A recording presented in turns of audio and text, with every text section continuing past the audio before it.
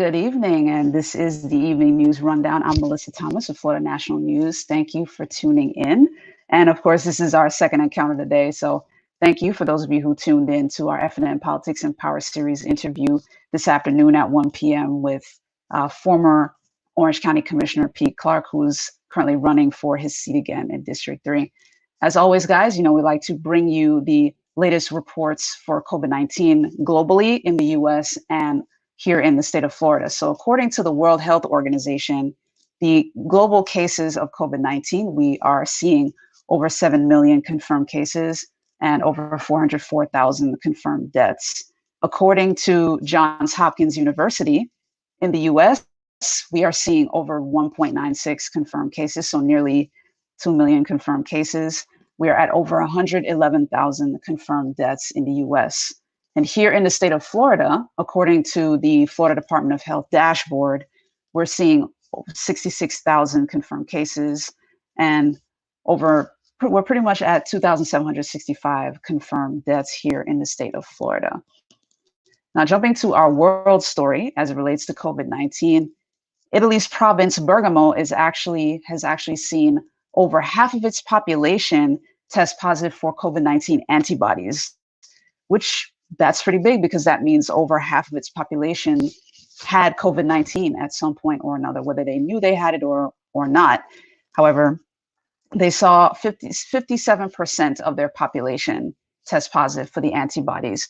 Now, the Ministry of Health there is currently in the process of doing nationwide testing, and of course, in the province of Bergamo. And you'll see there in Italy as well as here in the US, as testing increases, positive cases spike as well, including with the antibodies as well, because of course it reveals more data. Now, Bergamo saw over 13,000, as of Monday, it's at over 13,600 confirmed cases. So they'll continue to conduct their testing and hopefully for us, continue to report their results as they find them, because they want to find out the fullest extent of COVID-19 as it took place in the nation of Italy. And Bergamo was the epicenter of Italy's outbreak, so they want to continue to do research there. Now, jumping over here to the United States, we're seeing spikes in our southwestern states, which is joining a recent spike of cases across states across the South. However, the 21 states have reported a weekly increase in new cases, but the southwestern states specifically are Arizona, Utah, and New Mexico, all three of which have seen over 40% spikes in new cases, partially due to the increase in testing as well. So, as I mentioned before, that's a big correlation there. Now, they're posting nationally, we're seeing numbers increase at about 3% over the last week or so. So continue to stay careful, guys, because of course, a lot of folks are asymptomatic. So folks may be carrying the virus and not know it. Continue to wash your hands, rock your PPE, and socially distance. Now, testing has ramped up in the last several weeks. There are over 545,000 nationally. That's a drop in the bucket given our US population, but that is a positive increase, nationally speaking, for increased research and finding out the number of positive cases in a more accurate way. So the increases that we've seen in Arizona, the number of positive cases jumped from 7% to 12% in the last week. In Utah, the positive cases jumped from 4% to 9%. And nationally, we jumped from 4% to 7%. So again, all of that is attributed to testing. Again, continue to be careful, guys. Our second US story comes from President Donald Trump, who is, of course, in the campaign to defend his seat. He is an incumbent in the 2020 election. So his campaign team has announced that he is set to resume rallies in 2 weeks. So as of right now, they're still looking for locations because, as you heard, the contention with the president and the location for the RNC, with him going back and forth with the governor of North Carolina, the same thing is true with the rallies. He wants to make sure that his rallies can be held in recently reopened arenas and large outdoor venues to allow for as many people to be in attendance as possible. He said he didn't want to attend an event where one person would be in one seat and there would be a required row of about 7 empty seats before he sees the next person. He wants to see everyone packed in and be able to participate in his rallies. Now, as of right now, he's floating Florida and Georgia as possible locations for for his upcoming rallies, and his team is going to take him on a tour within the next week or so to have him start considering different venues.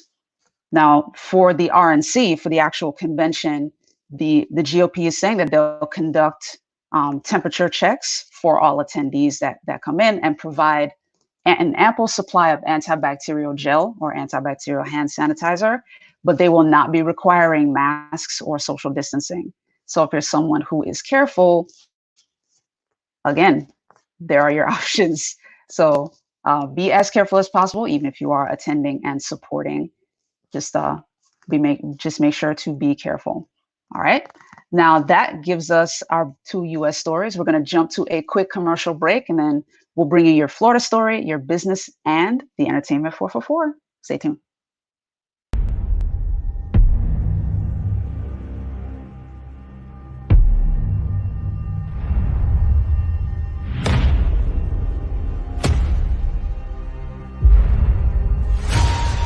All this time we fought side by side.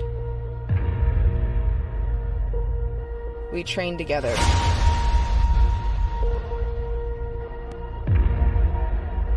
We lost together. And now, you're the only one standing in my way.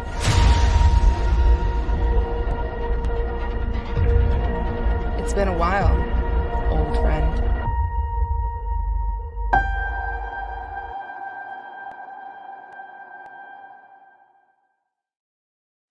Welcome back, everybody. Thanks for sticking with us.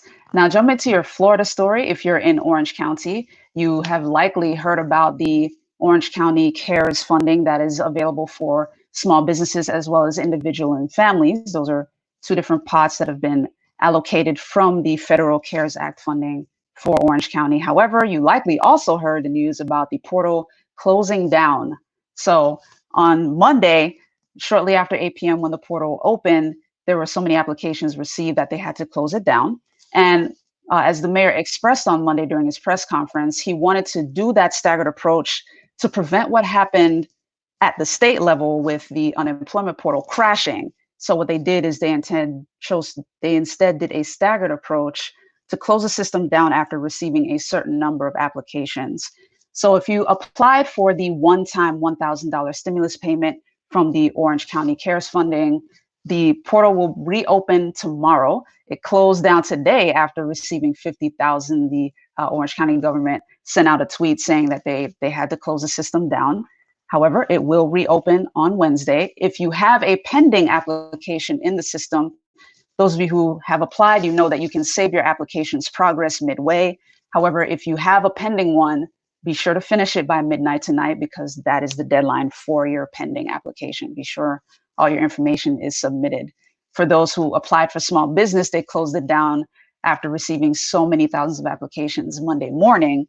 And those who are small business owners, again, same thing.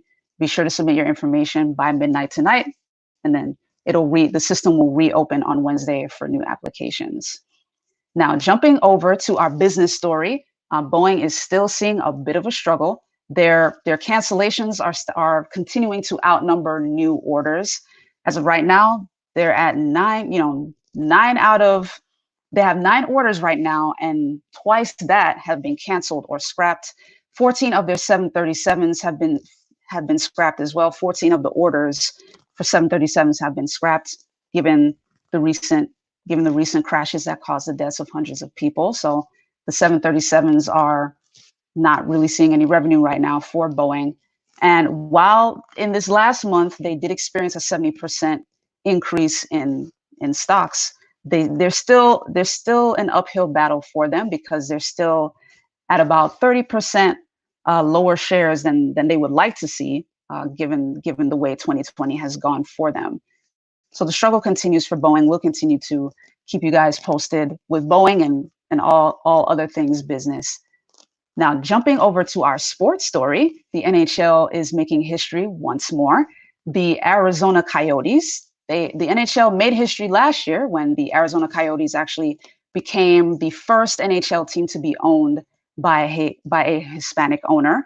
And as of Monday, the announcement, they made history again by naming the first Hispanic president and CEO with Javier Gutierrez. So congratulations to Javier Gutierrez.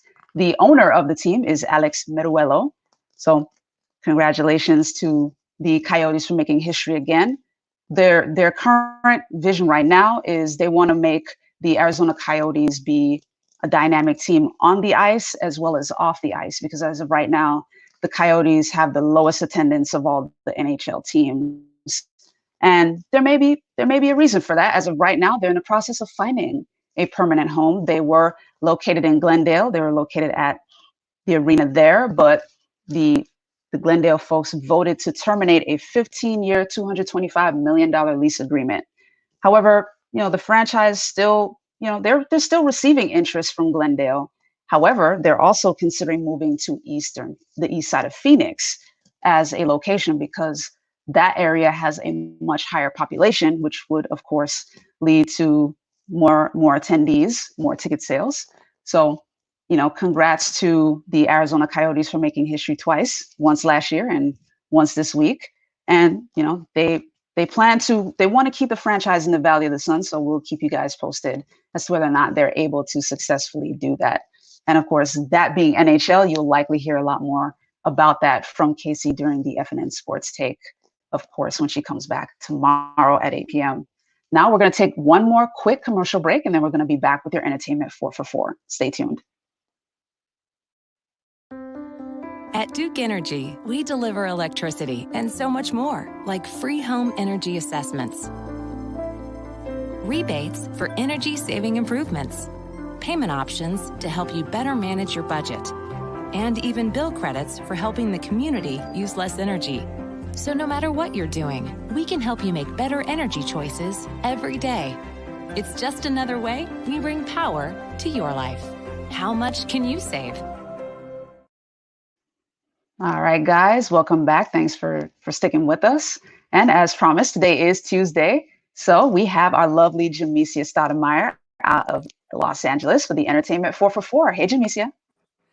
Good afternoon, guys. It's Jamecia Stoudemire all the way from Los Angeles, California with your Entertainment 4 for 4. So today we're going to start it off with number one. We have some sad news. Bonnie Pointer of the Pointer Sister passes away at 69.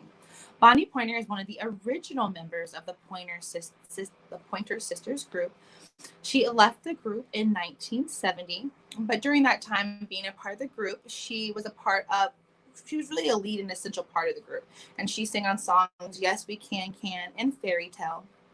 And then she went on to do 2 solo albums, with one in 1984 getting her Billboard Top 40 Heaven Must Have Sent You. It was said on CBS News that Bonnie passed away from cardiac arrest in her Los Angeles, California residence this past Monday. So we give our condolences out to her family, her friends, and all those fans out there. I know that is a hard one to lose, especially 69 is still, not as old as we think, but we'll miss her. And so respect to that family. Number 2, the not speaking out. So producer Maria Castro, or Cisco, excuse me, rattles theater world with a not speaking out list. So what Miss Cisco did was she's actually a producer. She has worked for the theater for a large part of her career. She's worked for Lee Daniels Entertainment. She's worked for Apollo Theater and other organizations within the theater company. And, in the current situation of the George Floyd passing away and the protests and several other passing away of African Americans due to police, she created a unique public Google Doc, entitled it Theaters Not Speaking Out. And what she did is she put this public Google document, which is an Excel form, so it's a Google spreadsheet, but she put it on a public, she made it public and then posted that link inside of a Facebook group called Theater Folks of Color, which had over 7,000 members. And what happened was more than she ever believed. There is a list of over thousands of theaters across the United States that actually have not, well, at the time when it was created, which was almost, I'd say maybe almost a week ago, that had not spoken out against, had spoken out, and stand with Black Lives Matter, or had spoken out at all with the situation that had taken place in America. So she created this list, and it really has the theater world rumbled. And it's interesting more so because she wanted people to make a statement on their own accord, not to feel bullied or to do so just because now you're being called out. So now a lot of these companies find themselves in an odd predicament, because are you doing it because you truly stand with the Black Lives Matter movement and, what's going on in the unjust of the world? Or are you doing it just to, keep those that are in your business? Interesting question of the day. But you can actually read more about that article in the LA Times. And interestingly enough, there are some theaters here in the Los Angeles, California, including the Geffen Playhouse and the Pasadena Playhouse, that had not, at the time when this article had spoken out. So more information on that, LA Times. But that's a really great story for those that are in the theater world. Number 3, we're going to talk about the director. Ava DuVernay launches her education initiative. Ava DuVernay is a well-established director and well-known for her Netflix movie, or it was a series actually, When They See Us, which was about the Central Park Five. Being a director, she has utilized her influence to partner up with people such as participants and other partners to create a unique educational initiative. So what it does is, in the first they just recently did it with her movie, When They See Us, and they've created educational material for, in classrooms or even for yourself at home. And it's free for anyone to access. And it's for grades 9 and up. And it just really helps expand knowledge in the social injustice and those that are really trying to educate themselves, that are, that either are African American and just aren't, well as educated about it, as well as those of other colors that can now watch these movies and really learn and really dig deep. What she did with When They See Us is you get to dig deeper into the perspectives of each of the 5 gentlemen who are arrested, who are wrongfully arrested for a rape in Central Park. And so it allows us to learn from these movies that we're, right now, TV screens are our main, or screens are our main use of education. So she's created this platform, and you can also check out some other movies like Just Mercy. And I believe there's some other really great movies that production houses are now allowing to stream for free for the month of June, to really learn more about social injustice and things going on in the world. I know the 15th, that's another good movie that's on Netflix, and I heard was good to read. But you can definitely research more about Ava DuVernay's company, and you can go to her website, which is array, ARRY.com, and get more information, as well as download that and watch it yourself at home. And number 4, K-pop group BTS donates $1 million to Black Lives Matter. Now, yes, $1 million, amazing. Commend to them, congratulations. But what it did is it sent their fans into a frenzy. And fans of the one of BTS they have a philanthropy called One in the Army. They went ahead and decided, since the group did it, they were going to match the funds. So they created a unique hashtag called Match a Million, and they sent it out on Twitter. And within under 24 hours, they had raised over $817,000. And by Sunday, the group, or the organization, had raised over $1 million to match that $1 million that was donated by BTS to Black Lives Matter. And just to really want to actually quote the group from their Twitter that they had put out: "We stand against racial discrimination. We condemn violence. You, I, and we all have the right to be respected. We will stand together. Hashtag Black Lives Matter." So that was an amazing thing. It's really cool, I want to say, in this moment in time, to see the world, not even just the United States, but the world really come together on this movement to really stop the social injustices that are happening in the African American community. So you guys, again, this is Jamecia Stennemeyer with the Entertainment 444. I want to thank you all for watching, and make sure you follow me at THE_ENT_mobile. Back to you, Mellissa. All right. Thank you so much, Jamecia. Always a pleasure. Appreciate you. Now, guys, this does it here for Evening News Rundown. You will catch us back here tomorrow. And of course, tomorrow being Wednesday, the FNN Sports Take will follow our show at 8 p.m. I will be back at 5 p.m. If you haven't already, be sure to like us on Facebook. You'll find us at Florida National News, at FNN News TV, or at FNN News Live. And be sure to subscribe on YouTube. You can find us there at Florida National News there as well. And be sure to click the little bell icon so you get all the notifications and never miss a single episode of any of our shows, because all of our shows simulcast here on Facebook and on YouTube as well. But in the meantime, hopefully you have a great rest of your Tuesday evening. Thank you as always for tuning in. Take care.